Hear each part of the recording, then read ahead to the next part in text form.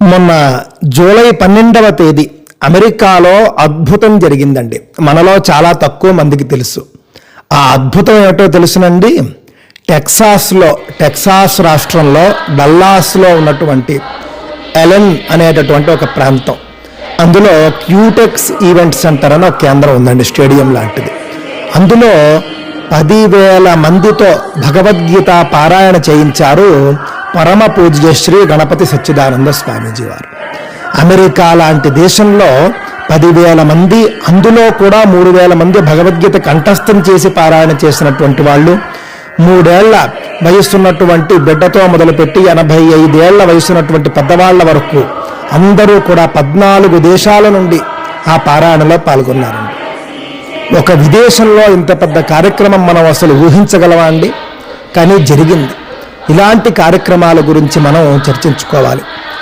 గణపతి సచ్చిదానంద స్వామీజీ వారు 2015వ సంవత్సరం నుండి ఎస్జిఎస్ గీతా ఫౌండేషన్ తరపున ఈ విధమైనటువంటి అద్భుత కార్యక్రమాలు నడిపిస్తూ ఉన్నారు.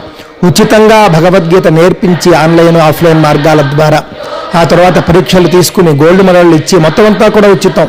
ఆ విధంగా వాళ్ళని ప్రోత్సహించి ఇప్పటిదాకా దగ్గర 20,000 మంది తయారయ్యారు. దత్తపీఠం తరపునే, ఎస్టిఎస్ గీతా ఫౌండేషన్ తరపునే. అందులో తయారైన వాళ్లే ఈ పారాయణ చేశారండి. ఎంతో అద్భుతం. టెక్సాస్ గవర్నర్ కూడా ఆ కార్యక్రమాన్ని చూసి అబ్బురపడ్డాడంటే ఆ కార్యక్రమం ఎలా ఉందో అర్థం చేసుకోండి. ఇలాంటి కార్యక్రమాలను మనం ప్రోత్సహించాలి. స్వామీజీ 1,00,000 మందితో అలాంటి కార్యక్రమాలు చేయాలి విశ్వశాంతి కోసము అని చెప్పేసి సంకల్పించారు. భవిష్యత్తులో ఆ కార్యక్రమం కూడా జరగాలి అని చెప్పేసి మనం కోరుకుందాం. భగవద్గీత విశ్వవ్యాప్తం అవుతోంది, సనాతన ధర్మం విశ్వవ్యాప్తం అవుతోంది. ప్రపంచం అంతా అంగీకరించేటటువంటి ఏకైక గ్రంథం భగవద్గీత. దృష్టిలో పెట్టుకోండి.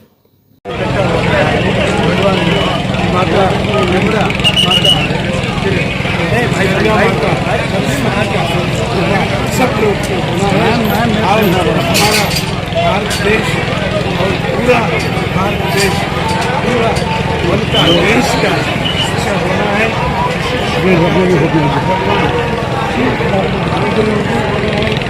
इसलिए काम करके